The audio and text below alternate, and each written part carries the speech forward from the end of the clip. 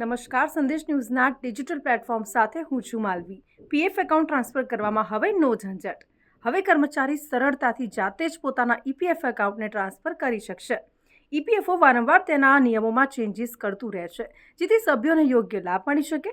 ઈપીએફઓએ PF account સાથે સંબંધિત નિયમમાં ફેરફાર કર્યો છે અને આ બદલાવથી પીએફ ટ્રાન્સફર પ્રોસેસ વધુ ઇઝી થઈ જશે।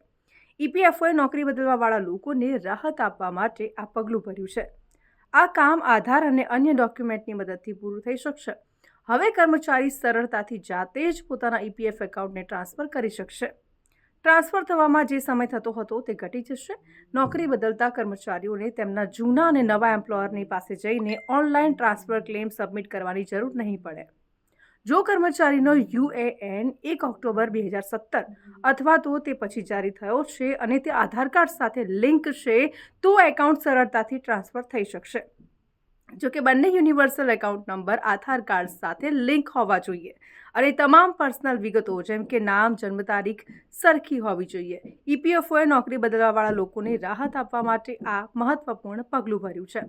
તો આવા જ અપડેટેડ અને ઇન્ફોર્મેટિવ વિડીયોઝ જોવા માટે સંદેશ ન્યૂઝના ડિજિટલ પ્લેટફોર્મ સાથે જોડાયેલા રહો।